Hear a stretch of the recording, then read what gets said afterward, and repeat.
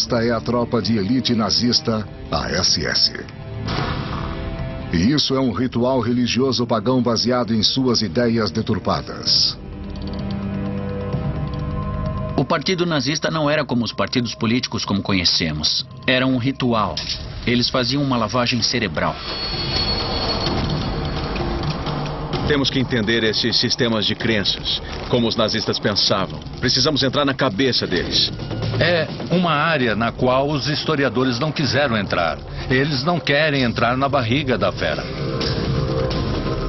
O ritual da SS sonha em reconstruir um mundo antigo e sinistro em que super-homens arianos detêm poderes mágicos e as raças inferiores são suas escravas. Onde deuses pagãos são adorados com sangue e o poder do Santo Grau é usado para destruir os inimigos de Adolf Hitler. Hoje, para nós, isso soa completamente bizarro. Mas acredite, porque as pessoas acreditam no inacreditável. De seu quartel-general no castelo, a SS procura por super-homens no Tibete, por vestígios de suas armas de guerra mágicas. Por provas de que eles são a raça superior e de que seu destino é dominar o mundo. Essas pessoas conduziam uma das melhores operações militares que o mundo já viu. E eram pessoas psicóticas. Elas não precisavam de provas científicas para o que acreditavam. Faz 7 décadas de que Adolf Hitler e seus seguidores espalharam o mal pelo mundo. Chegou a hora de desvendar as doutrinas nazistas. As doutrinas nazistas. As doutrinas nazistas justificavam o derramamento de sangue.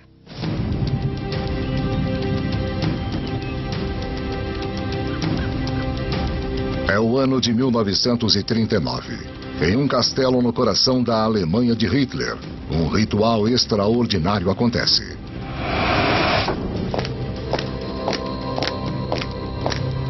Esta é uma cerimônia de iniciação na fraternidade da SS. Uma iniciação que incorpora as doutrinas nazistas. Doutrinas de uma nova fé obscura. É a mesma coisa que uma cerimônia satânica. Ao mesmo tempo era libertador. Porque eles não precisavam prestar atenção a todos os rituais religiosos, os dogmas religiosos que aprenderam.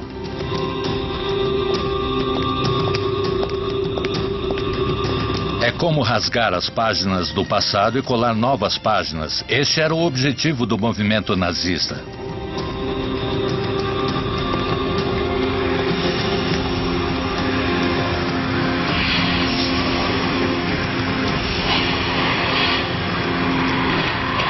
Este ritual acontece sob a ordem de um homem. O comandante da SS, Heinrich Himmler. A ideia de Himmler era criar um novo ritual, uma nova religião do Estado. E a SS seria o sacerdócio daquela religião. A SS ia incorporar tudo o que acreditava enquanto nazistas. Diante do altar está um coronel da SS e ao seu lado uma iniciada no ritual nazista. Padre pagão lhe entrega um punhal que simboliza seu ingresso na fraternidade da SS. Depois, pão e sal, simbolizando a raça e a pátria alemãs que a SS prometeu proteger. No clímax do ritual, eles recebem uma cópia da Bíblia nazista. O livro do homem que é tanto profeta como Deus do ritual nazista. O Führer, Adolf Hitler. No topo da empresa inteira está Hitler, o novo messias político. Aquele que ia salvar a Alemanha. Hitler é o chefe da Alemanha desde 1933. Se ele é o foco do ritual nazista, Himmler é o sumo sacerdote. Desde a ascensão dos nazistas ao poder, ele comanda a tropa de elite de proteção ou Schutzstaffel. Conhecida por suas iniciais, SS. Himmler é o editor-chefe das doutrinas nazistas E estas são as suas palavras. Nós precisamos acertar as contas com o cristianismo, a maior das pragas que acometeu nossa história, que nos enfraqueceu em cada conflito. Himmler era uma figura-chave. Era o homem mais poderoso depois do Hitler no Terceiro Reich e ele criou a SS como tropa de elite. Por milhares de anos, a missão da raça ariana é dominar a Terra e dia após dia trazer cultura e felicidade. Este ritual é uma preparação vital para o maior sonho de Himmler: disseminar as doutrinas nazistas pelo mundo. Este ritual é um casamento nazista pagão.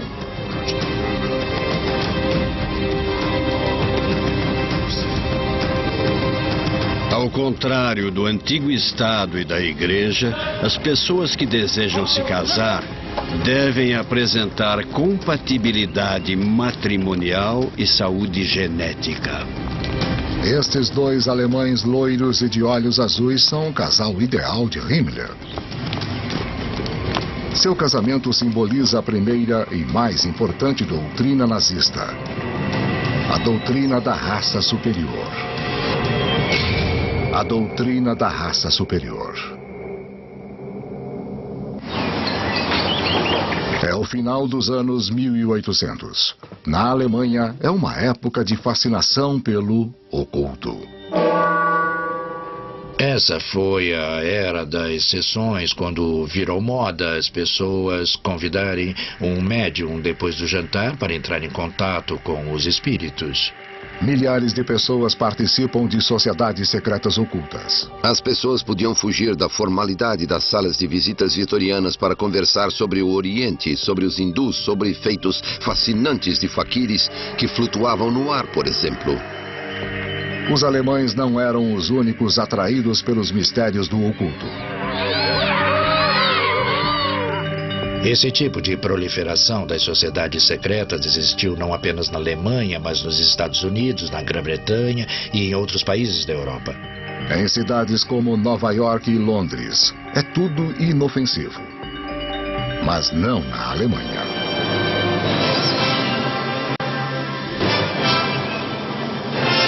Eles fizeram uma mistura com uma tradição antiga do conceito folk alemão. O folk alemão era um conceito místico do que o povo representava. Em toda a Alemanha e Áustria, sociedades secretas se encontram para debater sobre uma questão-chave: quem é o povo alemão? A resposta é que os alemães são descendentes de uma antiga raça conhecida como ariana. O que define o ariano é seu físico, sua aparência. Eles são fortes, são poderosos, são musculosos, são loiros e valentes na guerra. É como uma história em quadrinhos. Eles queriam ser super-heróis, super-homens.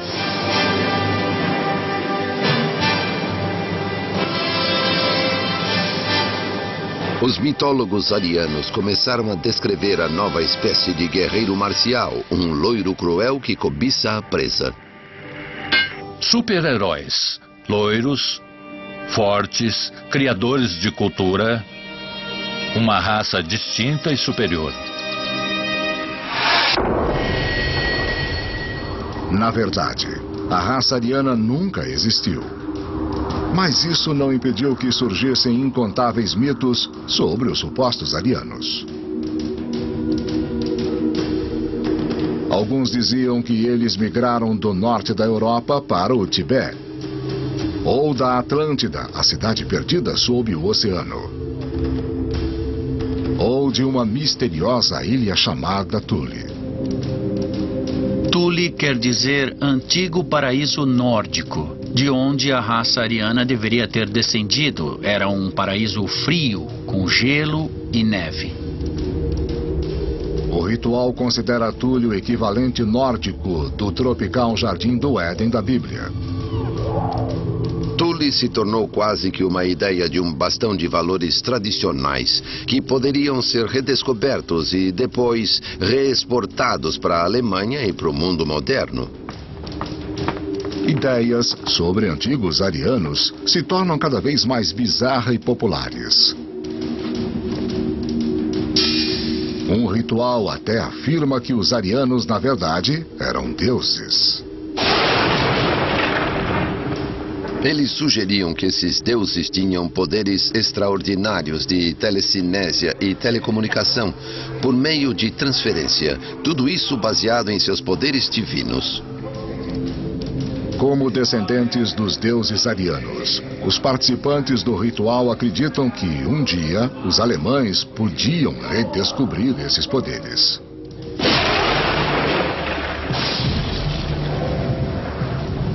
Havia a ideia de que o corpo humano tinha uma espécie de energia bioelétrica a ser descoberta, que poderia ser invocada por meio de rituais e iniciações apropriados, e de que havia grupos de homens com poder sobre esta energia sagrada que poderiam direcionar esta energia como bem entendessem.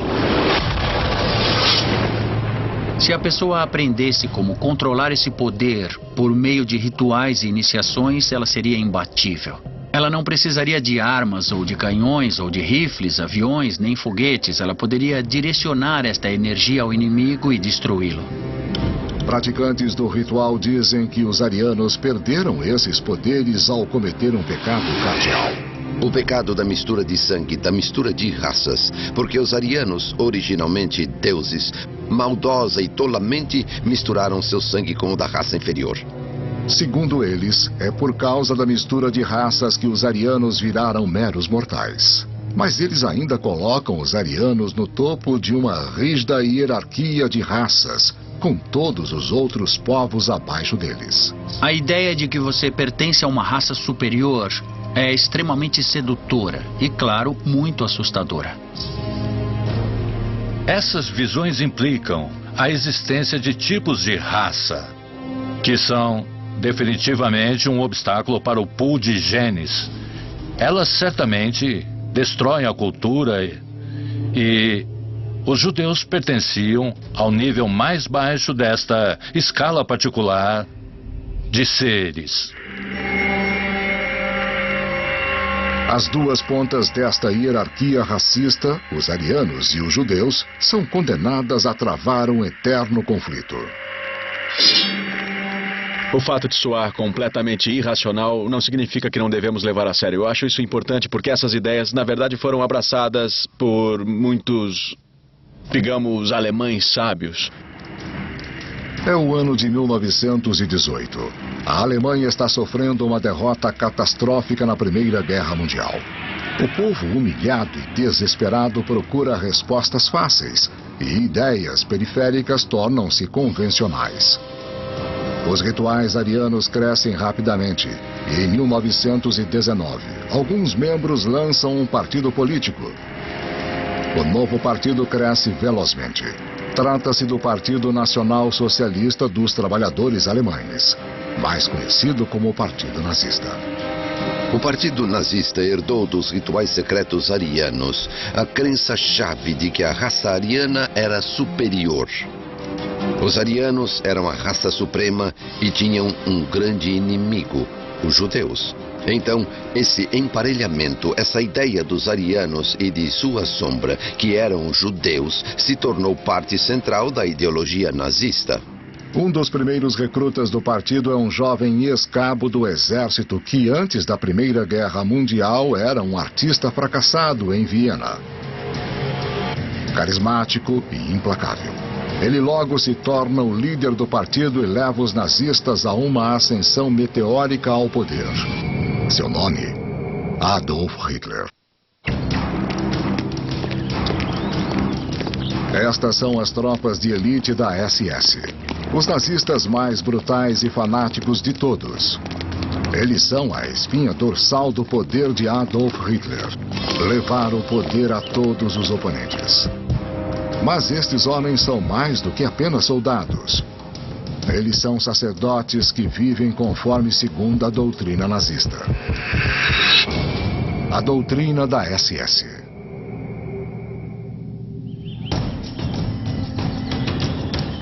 Esta é a floresta de Teutoburgo, no coração da Alemanha. Em 1933, o líder da SS, Himmler, vem até aqui para procurar um lar espiritual para o ritual nazista. Ele determina que um monumento de 500 anos é o local perfeito: o castelo de Wewelsburg. O castelo estava em péssimas condições e eles decidiram começar sua reforma. Os planos para a Torre do Norte eram os mais impressionantes e ambiciosos.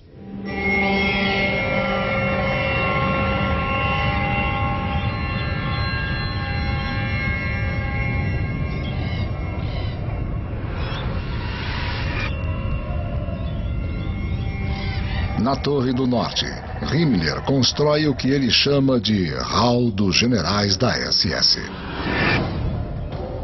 A ideia dele era fazer daquilo um Vaticano, um centro espiritual do Terceiro Reich. Aquilo seria, como ele dizia, o ponto central do mundo. Seria o eixo ao redor do qual o resto do mundo giraria. Seria essencialmente um castelo arrepiante. Não dá para imaginar nada mais assustador.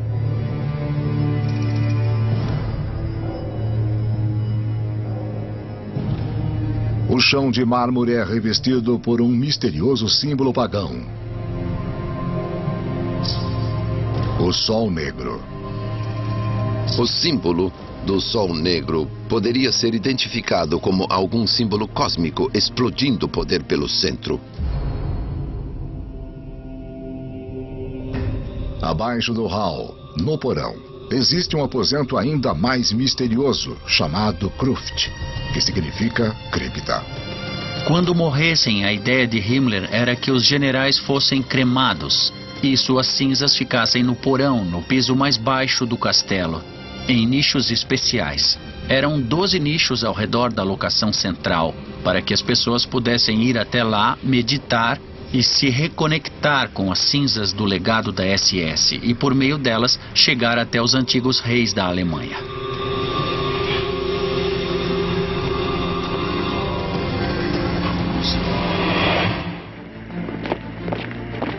A SS surgiu em 1919 no início do Partido Nazista como um movimento político em meio ao caos posterior à derrota alemã na Primeira Guerra Mundial. Perderam a guerra e havia uma enorme crise financeira. E isso levou a uma ruptura total de valores e crenças. A crise leva à hiperinflação. As economias do povo acabam repentinamente. A moeda ficou sem valor, as pessoas tinham que carregar pilhas de dinheiro para comprar pão e assim por diante. Para os nazistas, a derrota da Alemanha foi uma conspiração de comunistas e judeus. Eles apelam para o orgulho nacional. Os nazistas passaram uma boa impressão aos alemães. Eles não eram como os comunistas, desordenados, por vezes desleixados, indisciplinados. Eles pareciam espertos. Desconsiderando os compromissos da democracia, eles prometem uma política nova, com uma liderança forte e glória militar. Então, os alemães viram nesse partido quase tudo o que eles queriam ver. Esse foi o segredo do sucesso. Para acelerar sua ascensão ao poder, os nazistas recorrem à violência. Gangues de homens treinados intimidam, agridem e até matam oponentes políticos.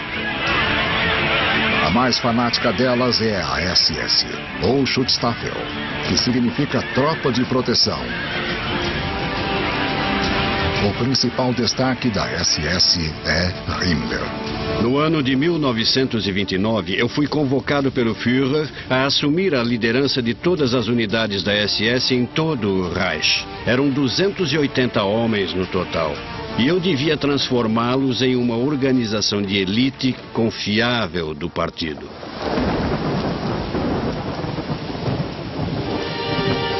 Heinrich Himmler nasceu em 1900, em uma família de classe média no sul da Alemanha. Himmler não era o arquétipo do super-homem ariano. Ele não era loiro, não era alto e não era forte. Na verdade, ele era justamente o oposto de tudo isso. Mas ele era o garoto da classe que todo mundo mais temia. Ele virou um rato. Delatando os colegas para o diretor da escola, que era seu pai, ele fez com que seu pai, o diretor, o descrevesse como criminoso nato. Aos 19 anos, Himmler vai à Universidade de Munique estudar agronomia. Ele se forma em 1923, mas não consegue um emprego. Com bastante tempo livre, ele se dedica à política nazista e estuda os ideais dos cultos secretos arianos. Himmler estava obcecado pela ideia de que havia uma antiga raça superior que, com o decorrer do tempo, havia sido corrompida, mas que poderia ser purificada de novo e fortalecida de novo. Pouco depois de Himmler se tornar líder da SS em 1929, o Partido Nazista leva um forte impulso com a queda de Wall Street e a Grande Depressão que assola o mundo.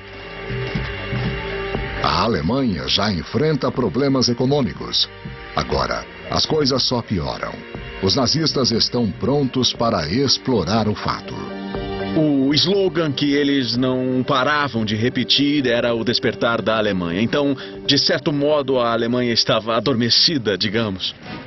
Segundo os nazistas, a Alemanha precisa ser despertada por um novo líder.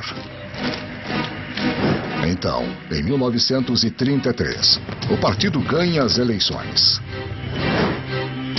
Hitler é apontado como chanceler e começa a apertar o cerco no país. Ao seu lado está Himmler e a SS. Adolf Hitler estabeleceu como meta para nossa geração criar um novo começo. Ele foi predestinado pelo karma alemão para salvar a cultura germânica do mundo. No novo Estado nazista, a SS de Himmler domina a segurança nacional e a polícia. Isso é apenas o começo. Himmler tinha ideias maiores e mais ambiciosas para o futuro da SS, além da mera força policial defensiva.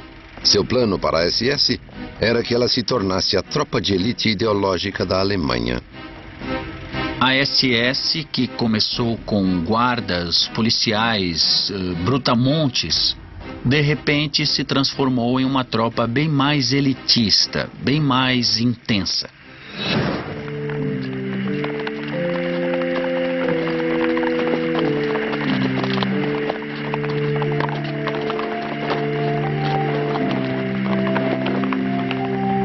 Nunca se esqueçam, nós somos uma ordem cavaleiresca, da qual ninguém pode ser retirado, para a qual todos são recrutados pelo sangue e pela qual todos se entregam de corpo e alma. A inspiração de Himmler era a ordem cavaleiresca medieval, como os templários ou os cavaleiros teutônicos, ou mesmo os míticos cavaleiros da mesa redonda do rei Arthur. Logo, ele começou a expressar ideias de cavalaria ou nobreza. A SS, então, iria se tornar praticamente a nova supernobreza da Alemanha nazista. O diário de um jovem recruta revela o apelo da nova ordem nazista de cavaleiros. Eu fui tomado por um desejo ardente de pertencer a esse grupo. Eu queria fugir da minha vida infantil e limitada, e eu queria me associar a algo que era grande e que era importante. Quem era considerado herói da SS recebia o símbolo mais valioso da ordem cavaleiresca: o Anel de Caveira. Eu me concedo a você, Anel de Caveira da SS. As runas opostas à caveira são símbolos sagrados de nosso passado, com o qual fomos recentemente reconectados por meio da filosofia do socialismo nacional. Use seu anel com honra. Os rituais exigiam que a pessoa fosse mais obediente, menos crítica sobre as coisas. Ela deveria exercer as tarefas sem questionar, mesmo que fossem esquisitas ou diferentes. Então, com o tempo, se o grupo a mandasse fazer alguma coisa contra seus valores morais, Ela nem se lembraria, nem consideraria a época em que tinha seus próprios valores sobre as coisas. Em 1935, o castelo de Wewelsburg é denominado Centro de Rituais da SS. Agora os rituais podem ocorrer de fato. Eles são organizados conforme as misteriosas crenças pagãs. Crenças que os nazistas diziam ter sido praticadas na Alemanha milhares de anos atrás. Esta é a terceira doutrina nazista, a doutrina dos deuses pagãos. Vocês têm que entrar em forma. Vixe, Maria.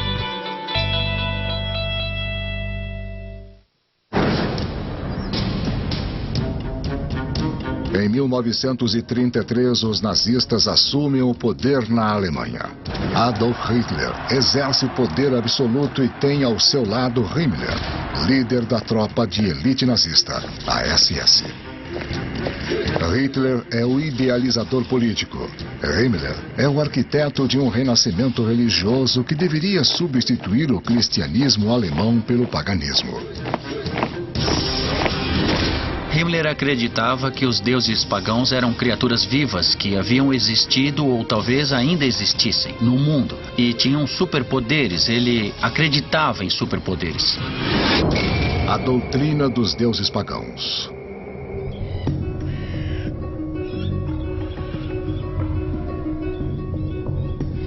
Himmler nasceu em 1900.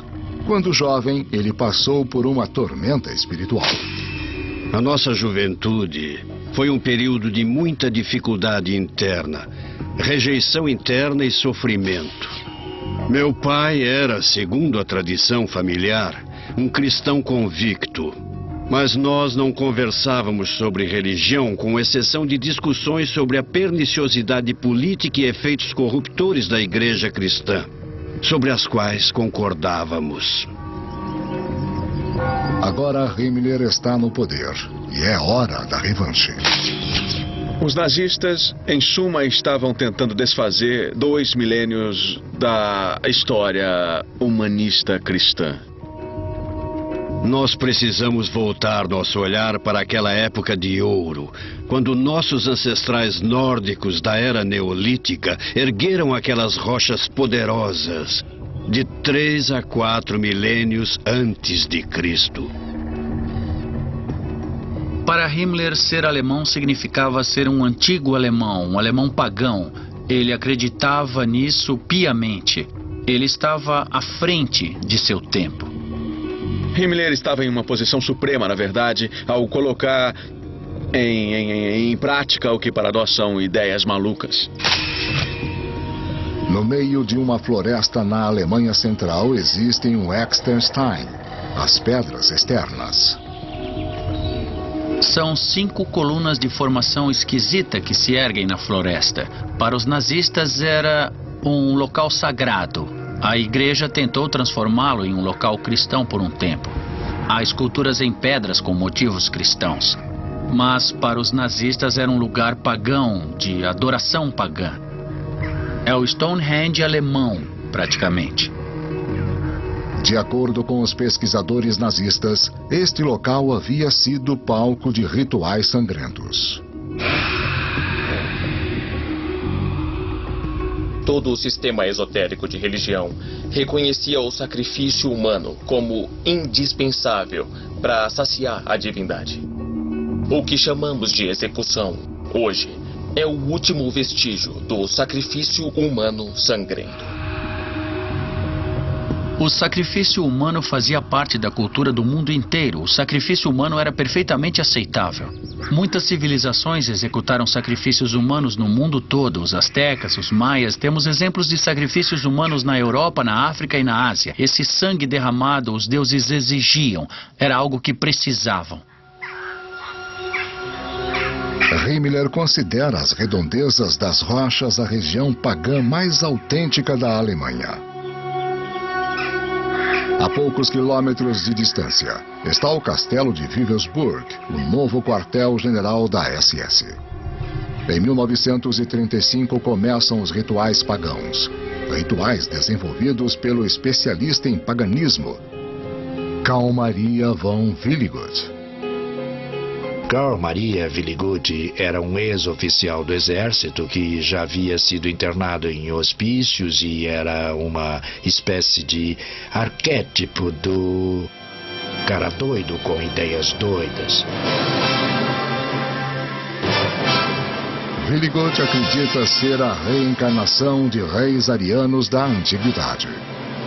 Willigut disse a Himmler que ele lembrava todas as suas encarnações de 10.000 anos atrás. Ele lembrava perfeitamente de todas as suas vidas, o que significava que lembrava perfeitamente da Alemanha antiga, da religião pagã alemã, da era do Paleolítico e anterior à chegada dos romanos. E Himmler, o segundo homem mais poderoso da Alemanha nazista, acredita. Ali estava o homem que o ajudaria a recriar o paganismo nazista, porque lembrava de tudo. Himmler recrutou Willigut com o pseudônimo Weistor como assistente pessoal. Willigut, ou Weistor, pôde fornecer ao seu mestre exemplos de antigas magias arianas, orações, rituais e, acima de tudo, suas próprias memórias da vida tribal de milhares de anos atrás.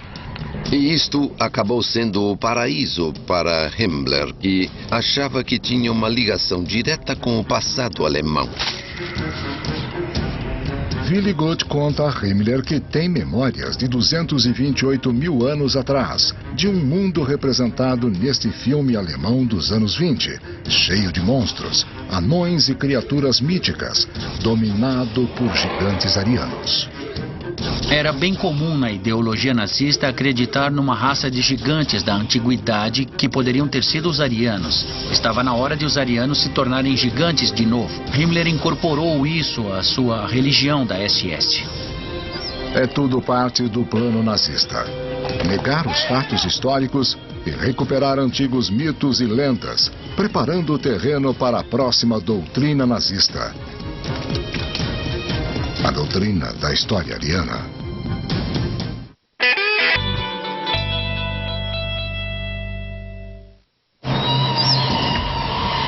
Castelo de Wewelsburg, coração da Alemanha.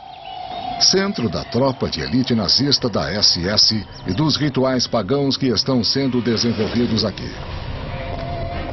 O líder da SS, Himmler, quer voltar no tempo modelando a Alemanha nazista a seu passado fictício.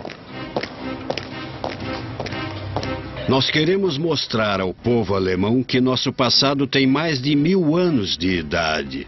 Queremos mostrar que a Alemanha é mais eterna que Roma, que já tem 2000 anos de idade. A doutrina da história ariana. 24 de junho de 1935. Jovens da SS se reúnem na floresta para realizar um ritual pagão bizarro. Se alguém quisesse criar uma nova religião baseada no paganismo, ela seria assim. Este é um festival de solstício, uma celebração importante em tempos pagãos. Festivais de solstício eram importantes para o calendário de rituais nazistas, assim como os festivais religiosos são importantes para o calendário cristão, por exemplo. Em tempos pré-cristãos, o festival de solstício de verão celebrava o triunfo da luz sobre a escuridão e da vida sobre a morte. O festival de solstício de inverno celebrava o retorno da luz na escuridão do inverno. Natal, Páscoa, tudo isso já era. Eles estavam resgatando as festas pagãs e as festas pagãs eram de adoração ao sol. O povo alemão mais uma vez virou as costas para as teorias e ensinamentos cristãos, que perturbaram a Alemanha por mais de 1000 anos e causaram a decadência racial do povo alemão e quase sua morte racial.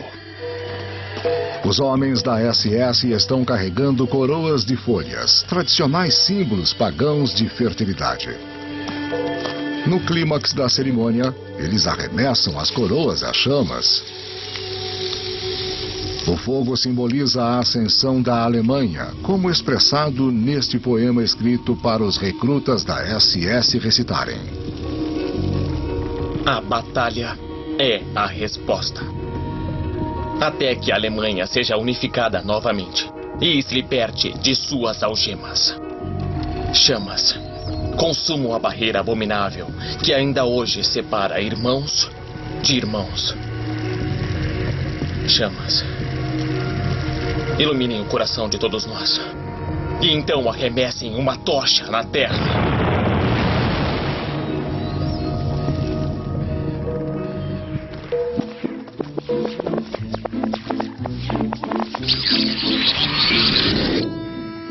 Os nazistas também estabeleceram festivais que celebram a história e cultura alemãs. Neste desfile elaborado, homens se vestem como cavaleiros medievais. Ao seu lado estão os cavaleiros modernos da SS. Muito do senso de identidade nacional da Alemanha é baseado na história, e os nazistas usavam isso. Eles queriam recriar ou queriam incutir uma nova forma de identidade nacional. Por isso, eles selecionam uma miscelânea do passado alemão que se encaixa numa doutrina específica.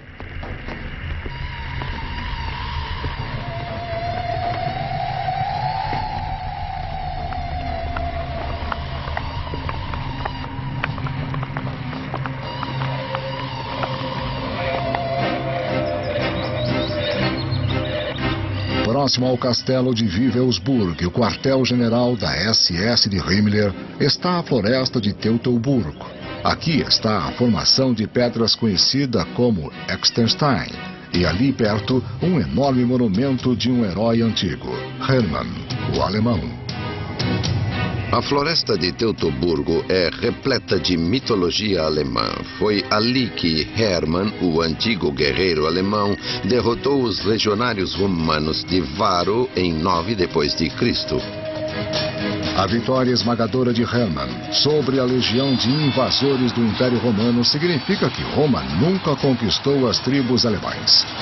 Este filme de 1920 comemora a sua vida. Para os nazistas, Hermann é o típico herói ariano. Adoração do herói, admiração do soldado e glorificação do combate. Havia um rico legado no qual os nazistas podiam se apoiar.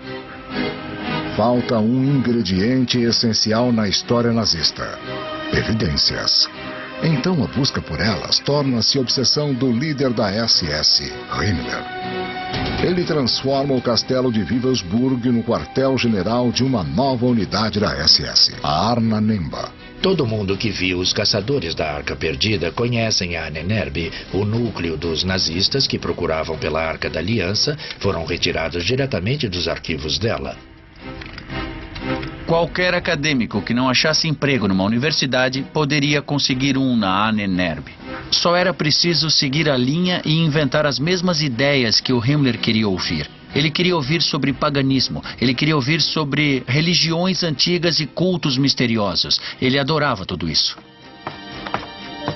A Ahnenerbe da SS logo se torna o centro dos acadêmicos nazistas. Esses intelectuais nazistas pretendem desafiar as universidades tradicionais e suas famosas ideias de influência judia. Você precisa escolher. E neste momento, se quer ficar do nosso lado ou contra nós. Cuidado.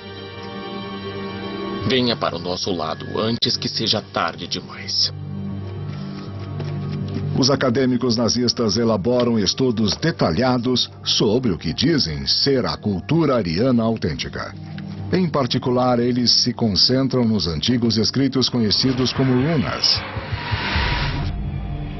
As runas são amplamente encontradas no norte da Europa e datam dos tempos pré-cristãos. Seu significado muitas vezes é misterioso, mas os nazistas acreditam que podem desvendar seus segredos. Apenas as runas ainda sussurram o que é verdade na esfera terrestre. As runas sussurram ao nosso povo, porque ele já as conhece. O conhecimento rúnico está batendo em nosso peito. O trabalho da Ahnenerbe é disseminar as teorias nazistas e então fazer pesquisas arqueológicas para confirmá-las. Seus esforços os guiam por toda a Alemanha. Aqui, Himmler está visitando uma escavação da Ahnenerbe, próxima a Berlim. Pesquisem o seguinte. Encontrem todos os pontos na cultura ariana alemã do mundo em que podemos ver o conceito de um raio saindo de um martelo, assim como esculturas do deus Thor feitas por um machadinho que emitia raios. Por favor, coletem todas as evidências ilustrativas escritas e mitológicas disso. Estou convencido de que isso não é baseado em raios e relâmpagos naturais, mas sim de que se trata de uma arma ancestral altamente desenvolvida por nossos antepassados.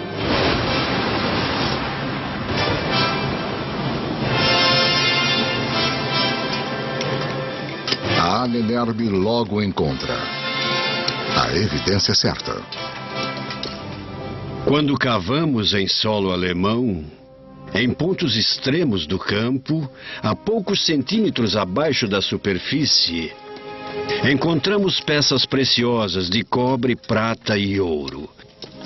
A qualidade da manufatura, do artesanato e a beleza clássica são difíceis de alcançar mesmo para nós, homens modernos e avançados tecnologicamente. É tudo absurdo. A Ahnenerbe está apenas contando as histórias que Himmler quer ouvir. Era a Alemanha, a terra da cultura e ciências magníficas. E, de repente, ela desviou para essa outra área. Uma área de ciência racial, que acredita na Atlântida em poderes místicos. É uma coisa quase impossível de entender hoje. O homem que liderou a força policial mais temida que a história já viu acreditava nessas coisas impossíveis. É importante entendermos isso. As aventuras arqueológicas da SS estão apenas começando. Himmler está decidido a encontrar uma relíquia lendária que fascinou escritores e estudiosos em toda a história. O Santo Graal.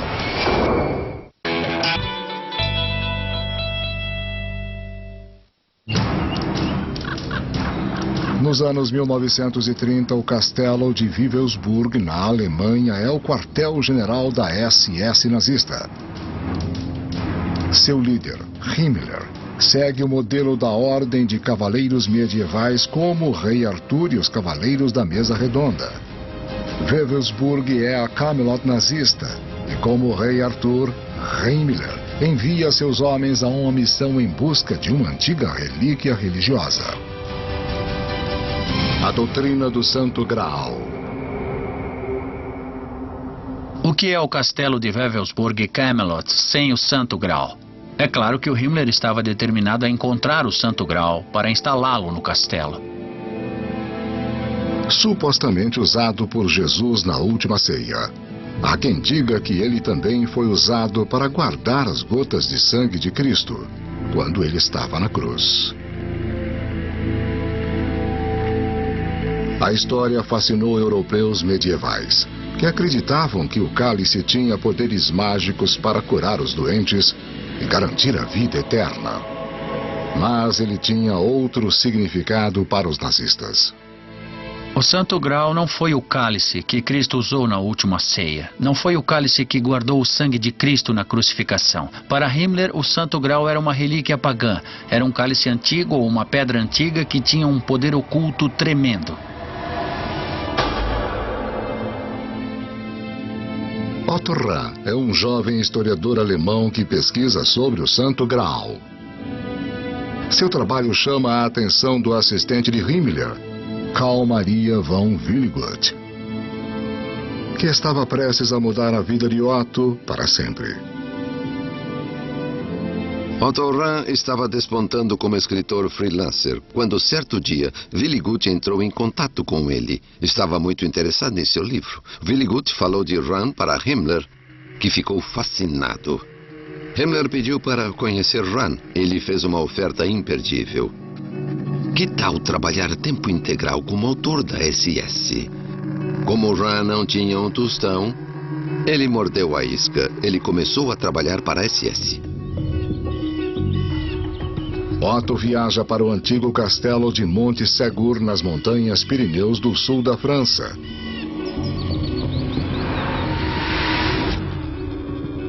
Esta foi a última fortaleza de uma seita herege cristã chamada catarismo, na Idade Média. Os cátaros foram brutalmente perseguidos pela igreja, mas diz a lenda que eles também eram os guardiões secretos do Santo Graal. Sempre houve uma tendência oculta na mitologia popular de que o Santo Graal foi descoberto por expedicionários no século XI e trazido para a Europa. No ano de 1244, um exército do rei francês sitiou Monte Segur na tentativa de aniquilar os cátaros hereges. Meses depois, os cátaros se renderam e foram massacrados no sopé da montanha. 220 homens, mulheres e crianças foram queimados em uma grande fogueira. Mas, segundo as histórias que Otto ouviu do povoado local, um grupo de cátaros escapou do cerco escalando o muro do castelo na batalha final. Eles carregavam a relíquia sagrada de sua fé. Alguns dizem que esta relíquia sagrada era o Santo Graal. Os cátaros deixaram algumas pessoas escaparem com o Santo Graal pela montanha. Depois ele foi enterrado em alguma caverna próxima ao Monte Segur.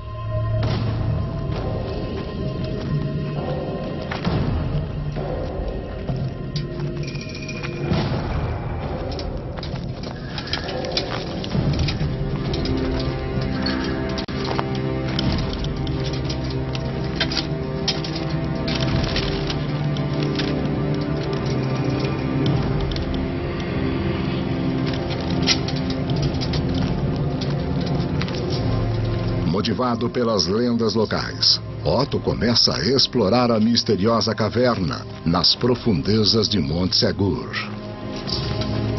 Os cátaros teriam escondido o Santo Graal aqui 700 anos antes? Ele achou evidências da habitação dos cátaros nas cavernas. Ele viu escritos nas paredes que sugeriram que os cátaros haviam estado lá e escondido algo.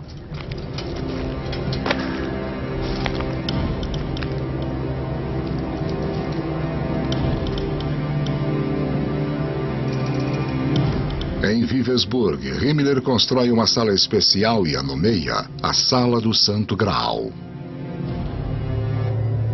Se eu fosse o Otto, teria morrido de medo. Eu não podia me dar ao luxo de desapontar Himmler. Eu tinha que mostrar progresso, tinha que mostrar que estava no caminho certo. Caso contrário, meus dias estavam contados. Você pode imaginar como é ter essa pressão. Você recebe uma tarefa impossível. Você recebe uma tarefa que ninguém nunca cumpriu. Jamais. Ninguém achou a Arca Perdida na famosa caçada de Indiana Jones, os caçadores da Arca Perdida. Ninguém achou a Arca Perdida. Ninguém achou o Santo Graal. Ninguém achou nada disso. E agora Himmler diz que você precisa achar. E você sabe que está amaldiçoado. Que está amaldiçoado desde o início. Otto envia relatórios para Himmler, dizendo que encontrou pistas e que está no caminho certo. Mas ele está bem longe do caminho certo. Ninguém sabe mesmo se ele foi levado por franceses locais que recebiam muita gente atrás do Santo Graal. Otto se desespera e cada vez mais gasta o dinheiro de Himmler em sua caçada em vão. Eu ficaria o máximo de tempo possível nas cavernas para ficar bem longe de Himmler, até voltar para casa sem qualquer escolha e dançar conforme a música.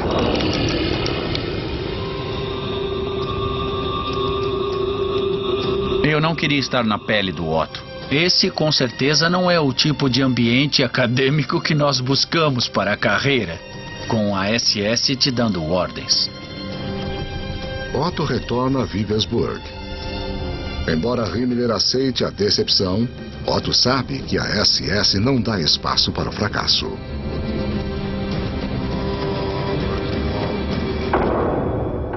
Ran era um esteta, ele era um intelectual. Ele também era homossexual, o que era uma coisa que não ficava bem na SS. Ele começou a levar uma vida dupla sofrida e esquisita. É apenas uma questão de tempo até que Himmler descubra as verdades sobre Otto. Sua homossexualidade foi descoberta e Ron pediu para sair da SS. Era um fato muito raro alguém pedir para sair da SS. Ele caminhou nas montanhas do Tirol em uma tarde de março de 1939 e seu corpo foi encontrado 6 meses depois, ficando evidente que ele cometera suicídio. A morte de Otto representa o fim de busca nazista pelo Santo Graal. Himmler logo desenvolve outra obsessão. Para tentar provar as teorias racistas nazistas, ele envia pesquisadores da SS para o teto do mundo, para o reino misterioso do Tibete. Nós pretendemos estudar a atual situação antropológica por meio de medidas, pesquisas de traços, fotografias e moldes. E queremos coletar material sobre proporção, origens, importância e desenvolvimento da raça nórdica nesta região. Os cientistas nazistas atravessam alguns dos cenários mais extremos do mundo, a bordo de cavalos nas montanhas Himalaias, até o deserto árido do Planalto tibetano. A SS busca pistas de seus ancestrais perdidos, a raça mítica dos super-homens arianos. Himmler estava convencido de que os antigos arianos se estabeleceram no Tibete e se isolaram contra as enchentes do mundo. Portanto, o Tibete teria resquícios marcantes da civilização ariana. Precisamos lembrar que nos anos 20 e 30 havia muita mistificação sobre o Tibete. Os lamas e seus poderes místicos eram muito importantes para os nazistas. Os lamas tibetanos tinham poderes de levitação, eram capazes de aturar temperaturas extremas, caminhar através de paredes, saber do futuro e do passado. A SS estuda a cultura tibetana e analisa suas características raciais. O que os tibetanos acharam disso não foi gravado. Eles gastaram muito tempo medindo os tibetanos, seus corpos, o tamanho de seus crânios, o tamanho de seus braços, para estabelecer se eles tinham alguma relação racial com os arianos e os europeus. Como os arianos nunca existiram, é evidente que os nazistas não encontraram vestígios da raça, por mais que tentassem. Himmler deve ter ficado decepcionado por não encontrar evidências dos arianos no Tibete.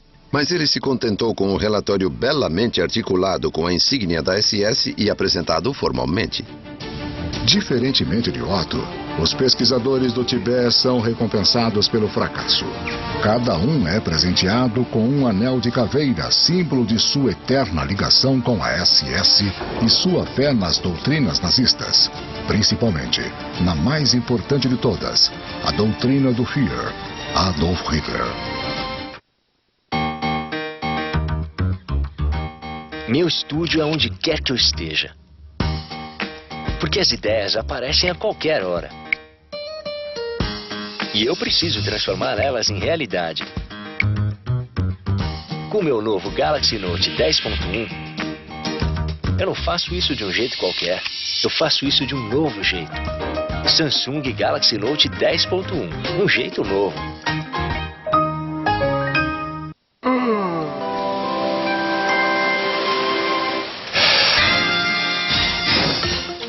Você precisa refrescar seu hálito. Você precisa de... O quê? Você precisa de...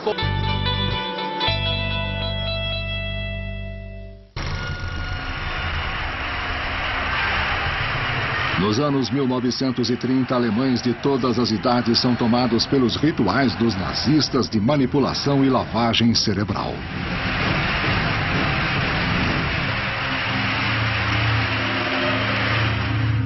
O partido nazista não era um partido político como conhecemos. Era um ritual. E as pessoas eram doutrinadas, sofriam lavagem cerebral. Eles eram capazes de criar um ambiente com propaganda e manipulação das emoções das pessoas para fazer coisas inacreditáveis. A doutrina do Führer.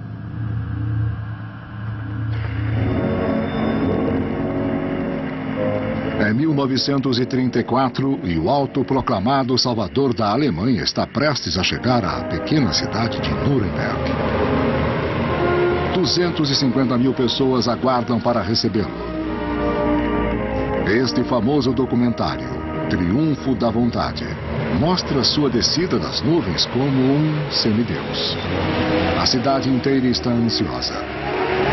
O Führer, Adolf Hitler, chegou.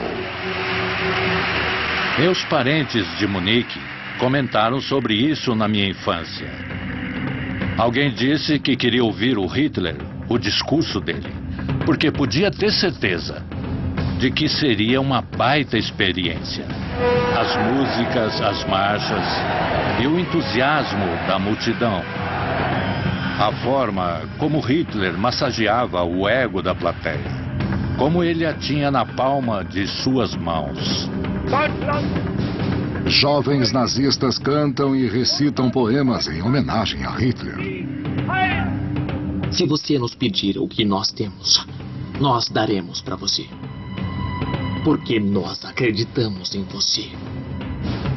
Nós juramos lealdade a você. E ninguém pode quebrar esse juramento. Nem você. Somente a morte pode fazê-lo.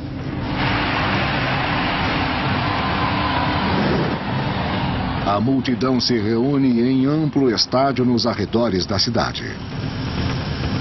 Ondas de ansiedade tomam os fiéis nazistas. Em milhares de olhos, a última esperança é vislumbrada. Em milhares de corações, um grito mudo irrompeu. O Führer.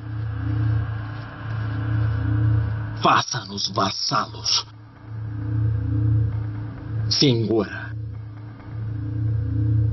Liberte-nos. Deve ter sido experiências arrebatadoras. Eles entusiasmavam as pessoas e elas voltavam revigoradas com um novo senso de dever ou propósito, como se tivesse ido a uma missa, ou a um jogo de futebol, ou a um festival de rock que empolga as pessoas como zumbis. Elas esquecem sua individualidade e começam a gritar em uníssono. Como Hitler dizia, sozinho um indivíduo é como uma pequena minhoca. Mas na multidão, ele se torna um dragão imenso. É claro que o nazismo usava um grande número de liturgias religiosas e simbolismo em suas aparições teatrais. Eles aproveitavam o desejo natural do povo por práticas ou devoções religiosas neste novo formato secular.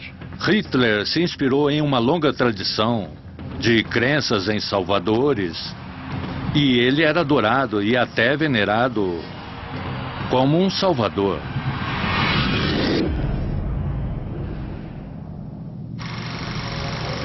Uma tecnologia avançada leva o culto do Führer a todos os alemães, mesmo aqueles que nunca foram a Nuremberg. O uso de filmes foi muito eficaz para atingir as pessoas que não iam aos comícios, para ampliar a audiência. Eles viviam aquela experiência mesmo sem estar lá. E sentiam que estavam lá, sentiam que eram parte daquilo. Os cineastas nazistas criam obras-primas de manipulação.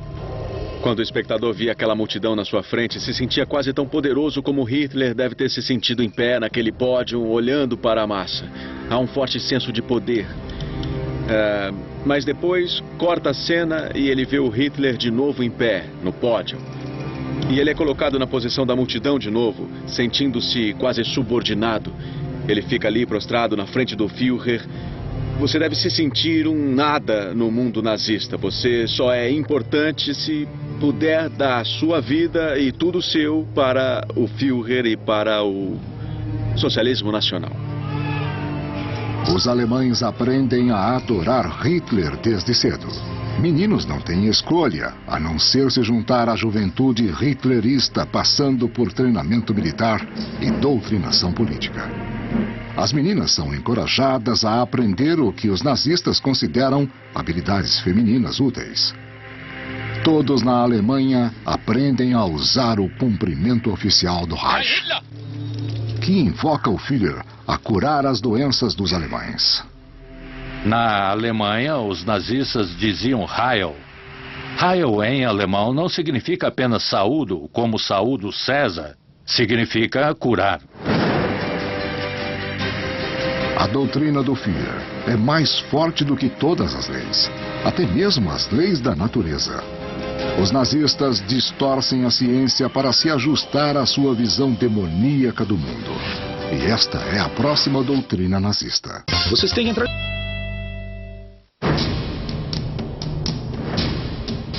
No final dos anos 30, o partido nazista de Adolf Hitler exerce total poder na Alemanha. Todo aspecto da vida das pessoas deve se submeter à visão do mundo nazista, inclusive a ciência. Se você pensar bem, essas pessoas estavam governando o país. Essas pessoas estavam conduzindo uma das melhores operações militares que o mundo já viu. Essas pessoas estavam desenvolvendo armas de destruição em massa. E essas eram pessoas psicóticas. Elas não precisavam de provas científicas para o que acreditavam. A doutrina da ciência ariana.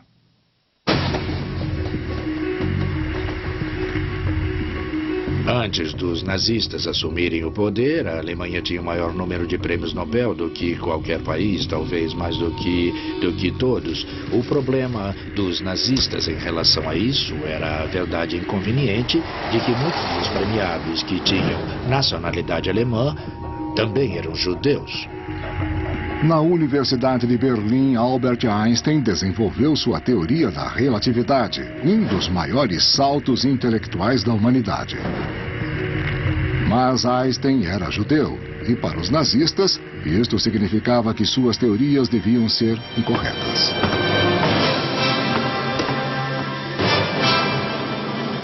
Einstein explicou as leis fundamentais que governam o cosmos. Os nazistas queriam uma alternativa. Então eles apoiam o excêntrico físico Hans Horbiger e sua ainda mais excêntrica teoria do gelo eterno.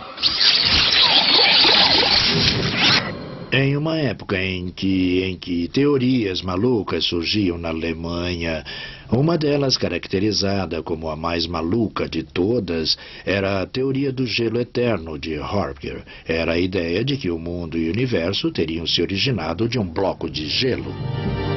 Segundo a teoria do gelo eterno, a Via Láctea é um vasto arquipélago de icebergs arremessados no início dos tempos, quando um bloco de gelo gigantesco colidiu com o Sol, em um gélido Big Bang.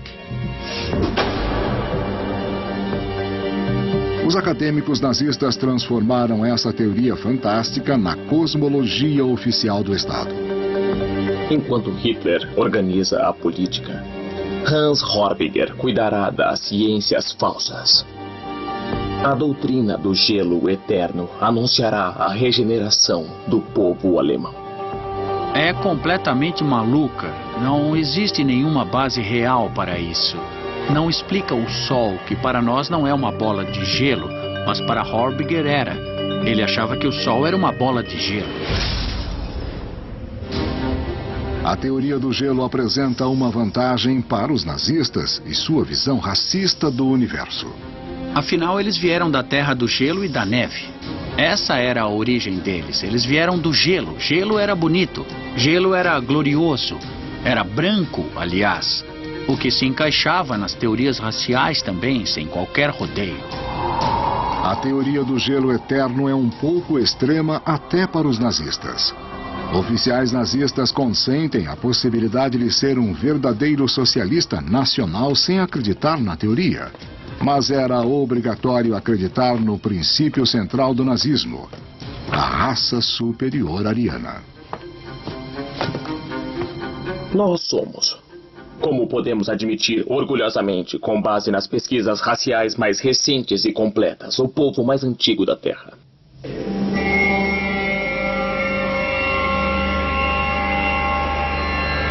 Os acadêmicos nazistas descrevem uma antiga era de ouro, dominada pelos arianos. Sangue e terra, casa e líder, um ano ensolarado e, acima de tudo, deuses e o destino. A eles, assim como às suas autoridades seculares, nossos ancestrais se submeteram de bom grado e voluntariamente. O sonho nazista é resgatar essa era de ouro imaginária e reconstruir a raça superior ariana por meio da reprodução seletiva.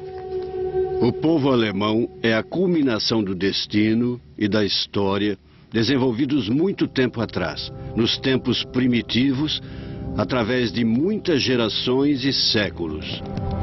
Entre essas pessoas, com fatores hereditários misturados, nós selecionamos conscientemente aqueles com sangue nórdico, já que podemos admitir que esse sangue carrega as principais características de nosso povo.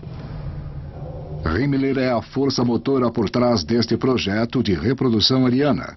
Ele considera suas tropas da SS reprodutoras ideais. Ele controla cada aspecto de suas vidas sexuais, casamentos e famílias.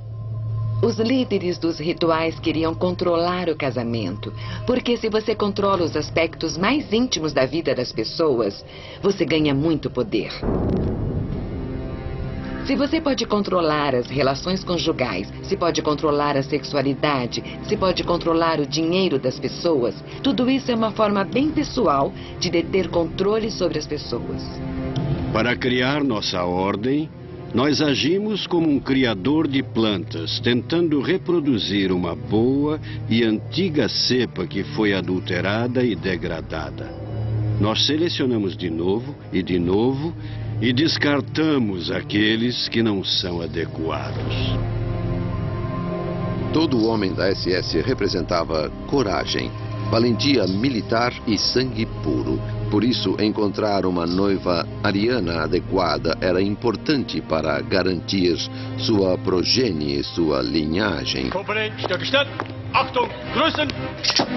Assim, o casamento era uma espécie de pacto para produzir muitas crianças arianas. Nós somos obrigados, sempre que conhecemos alguém, a considerar nossos princípios de sangue, seleção e resistência. A lei da natureza é exatamente essa. O que é resistente, o que é forte, é bom. Esta imagem de arquivo mostra o projeto de reprodução nazista em vigor. Esses bebês inocentes foram concebidos para isso. Seus pais foram reunidos para construir a raça superior e prepará-la para dominar o mundo. Segundo as doutrinas nazistas, você só pode ter uma participação bem-sucedida nesta guerra de conquista mundial se você tiver raça pura. Mas naquela época, nos anos 20 e 30, a raça da Alemanha estava corrompida, então levaria anos de reprodução, anos de reconstrução para criar uma raça forte o suficiente para travar essa guerra. Ao longo dos anos, o processo de reprodução e seleção de sangue deve continuar, acompanhado pela eliminação daqueles que forem incompatíveis conosco em termos de caráter, força de vontade e, consequentemente, de sangue.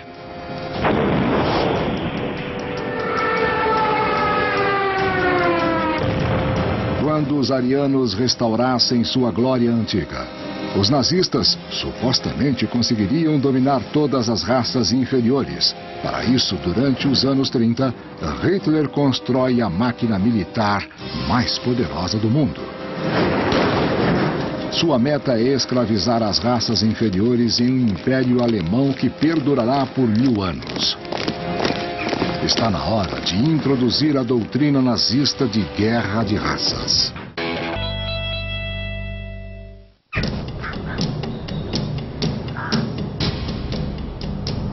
Os nazistas se veem como a raça superior ariana. Seu destino legítimo é dominar o mundo. A guerra é uma parte integrante das doutrinas nazistas no sentido de que as raças sempre vão colidir, sempre vão conflitar. É uma luta por sobrevivência. Você não pode simplesmente coexistir, você precisa se defender militarmente. A doutrina da guerra de raças. A crença nazista sobre conflito de raças vem de uma má interpretação de uma das maiores descobertas da ciência. A teoria da evolução de Charles Darwin. Darwin falou da sobrevivência dos mais fortes. Significava que os mais fracos ficavam para trás. Isso se encaixava perfeitamente na teoria racial dos nazistas. Eles acreditavam que eles eram os mais fortes. Na teoria de Charles Darwin, as espécies se adaptam a seu meio ambiente. E aqueles que o fazem melhor, que ele chamou de mais fortes, sobrevivem e prosperam mais. Esse processo de constante adaptação e desenvolvimento explica a incrível variedade do mundo natural. Mas Darwin não tinha nada a dizer sobre raças humanas distintas. Para ele, os seres humanos são apenas uma espécie particularmente bem-sucedida. As doutrinas dele foram distorcidas nesse sentido. Existe uma seleção natural em andamento, um conflito incessante.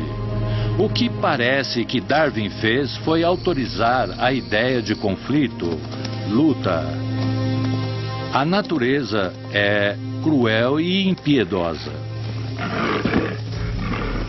Se você acredita em uma teoria de raças, uma teoria da evolução, você tem dois caminhos a seguir. Ou você é parte do problema, ou é parte da solução. Ou você é parte da raça inferior, que será deixada para trás, ou você é parte da raça superior, do próximo estágio da evolução, que controlará o mundo, que herdará a Terra.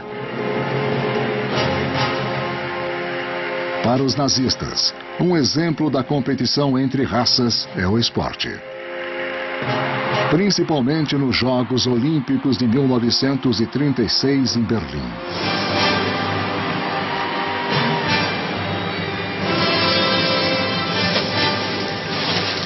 Hitler acredita que suas Olimpíadas serão uma vitrine da superioridade ariana.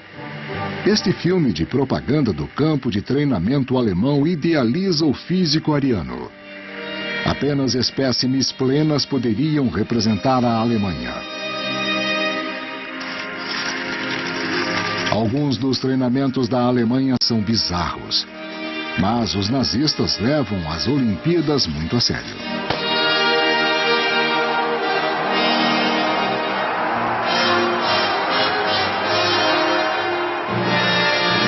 Para azar de Hitler, as Olimpíadas não terminam como suas teorias previam. O atleta afro-americano Jesse Owens ganha 4 medalhas de ouro, inclusive a dos 100 metros rasos.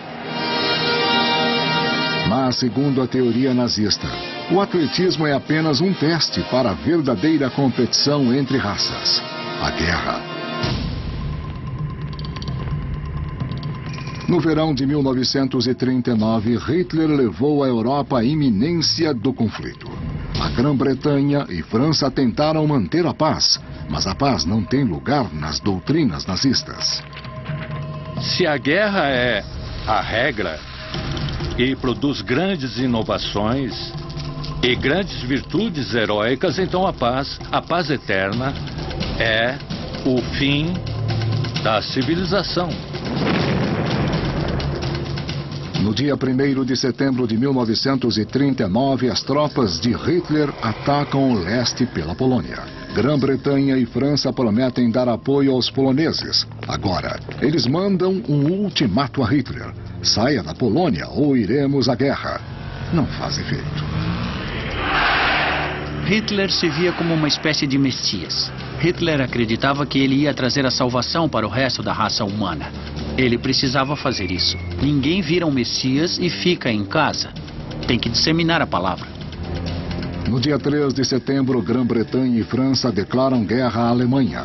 A Segunda Guerra Mundial começa de fato. Nos próximos 6 anos, ela atingirá 4 continentes e destruirá 61 milhões de vidas.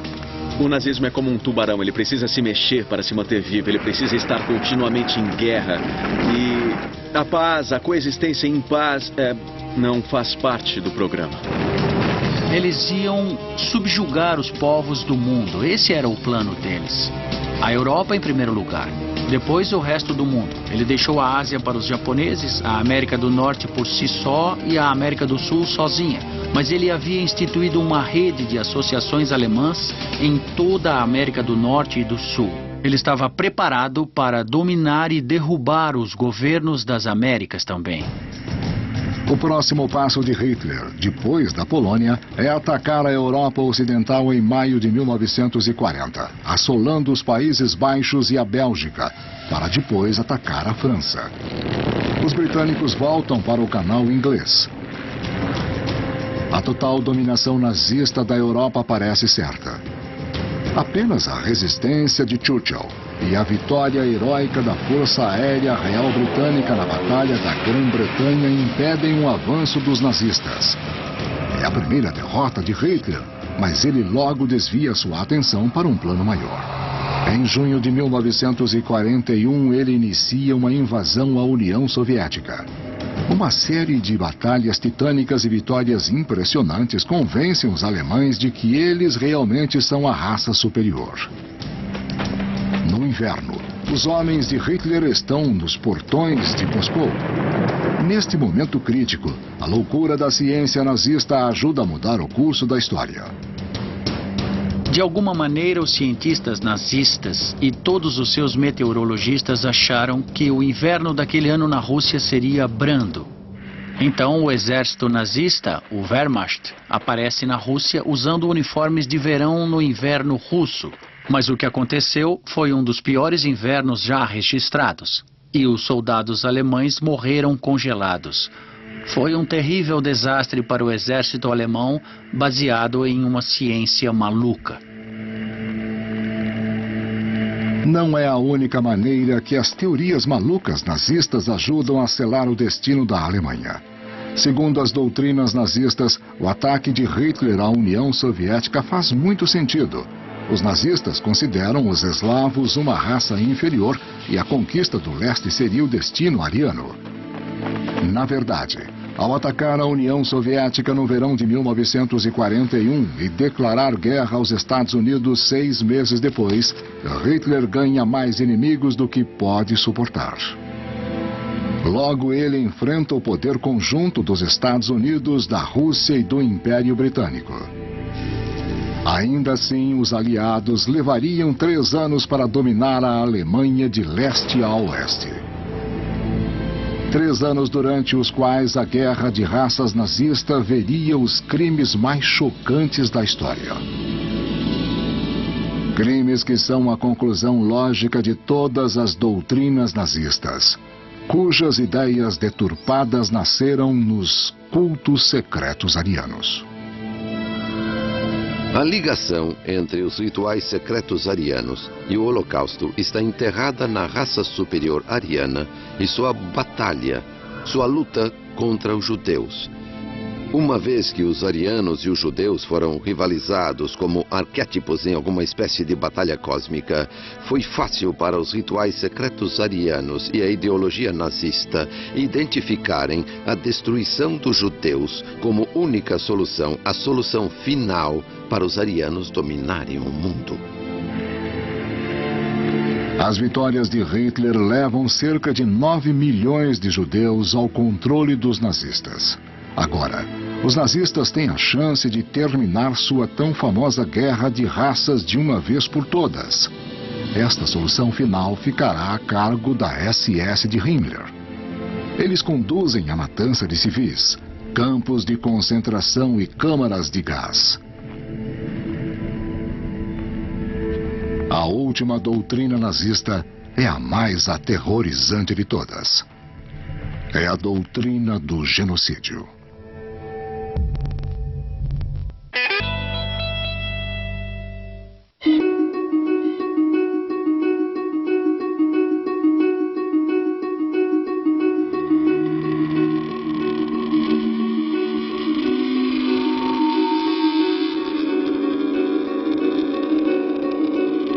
Os nazistas veem a Segunda Guerra Mundial como uma guerra entre a raça superior ariana, os alemães, e as raças inferiores, como os russos e outros eslavos, e principalmente os judeus.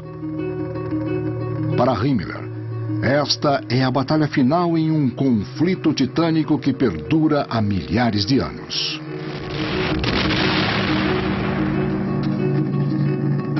Em todo o tempo em que houve homens na Terra, a batalha entre raças humanas e raças subhumanas foi uma regra histórica. Essa guerra de judeus contra o povo alemão pertence ao curso natural da vida em nosso planeta desde muito tempo. A doutrina do genocídio. Nos territórios recentemente conquistados por Hitler, a SS de Himmler tem a missão de pôr fim à guerra de raças de uma vez por todas, exterminando os judeus. É o que os nazistas chamam de solução final. Achavam que estavam salvando a raça humana, eliminando todas as pessoas que impediam de evoluir. É um conceito espantosamente sinistro. E só precisamos olhar o progresso da guerra para entender como eles levavam o assunto a sério. As primeiras matanças acontecem nas florestas da Europa Oriental em 1941. As forças-tarefa da SS levaram homens, mulheres e crianças a fossos da morte, matando-os aos milhares, sem nenhuma pausa ou piedade. Em um discurso frio feito a oficiais da SS em 1943, no auge do Holocausto, Himmler diz aos matadores para terem orgulho de seu trabalho. A maioria de vocês saberá o que significa quando 100 cadáveres estão deitados um ao lado do outro. Ou 500. Ou 1000. Ter suportado isso e mantido a decência é o que nos torna fortes. Essa é uma página gloriosa da nossa história.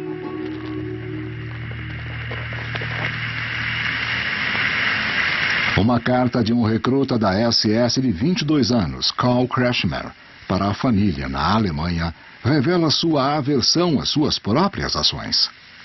Mas também mostra como as doutrinas nazistas fortaleciam sua decisão. Eu estou num momento muito triste. E eu preciso sair dele.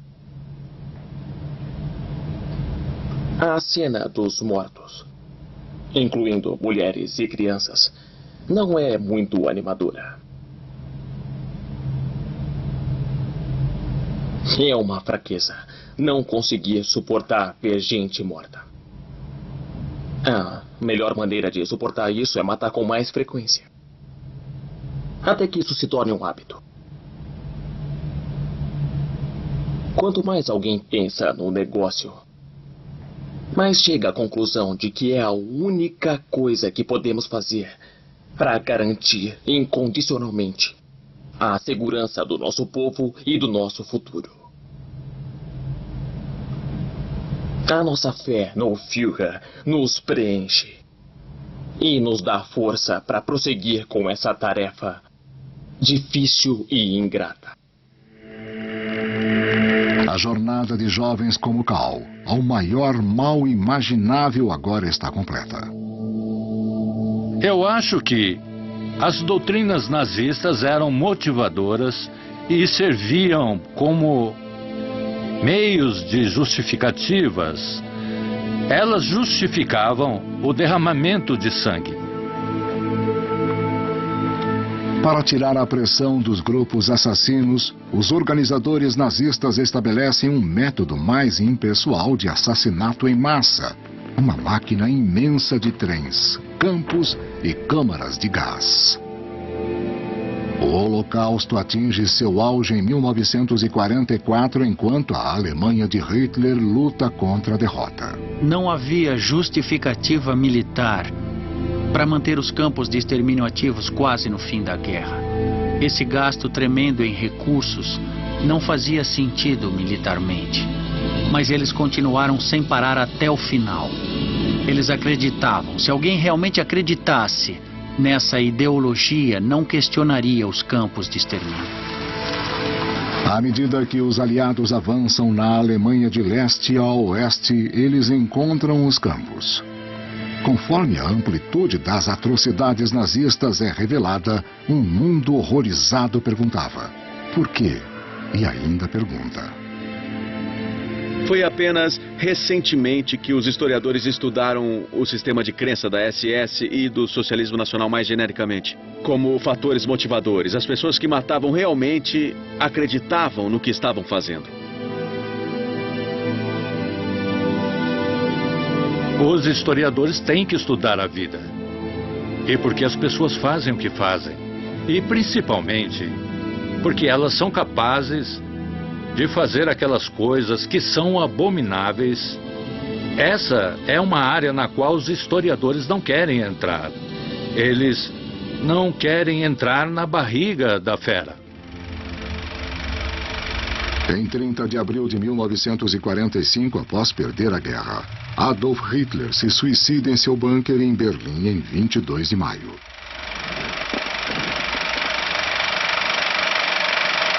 Em 22 de maio, Himmler é capturado pelos britânicos e indiciado pelos crimes de guerra.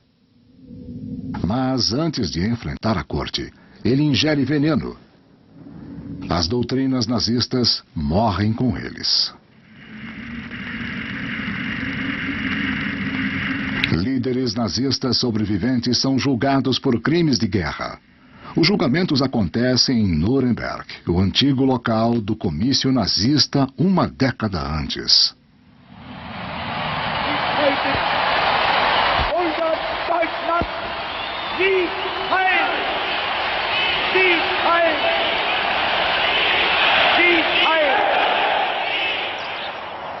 Os julgamentos dos crimes de guerra ajudam os alemães a enfrentar as atrocidades cometidas em seu nome. E a começar a questionar por que tantas pessoas acreditaram, ou ao menos aprovaram, os sonhos deturpados dos nazistas. Para entender o que aconteceu na Alemanha entre 33 e 45, as doutrinas nazistas não são apenas úteis, mas completamente essenciais. Ideias têm consequências. Sejam elas bizarras, extremas, decadentes, absurdas ou inacreditáveis. Acredite, porque as pessoas acreditam no inacreditável. O poder do mal e das ideias irracionais. E a forma como eles podem ser usados para tentar justificar crimes horrendos. São os testemunhos eternos das doutrinas nazistas.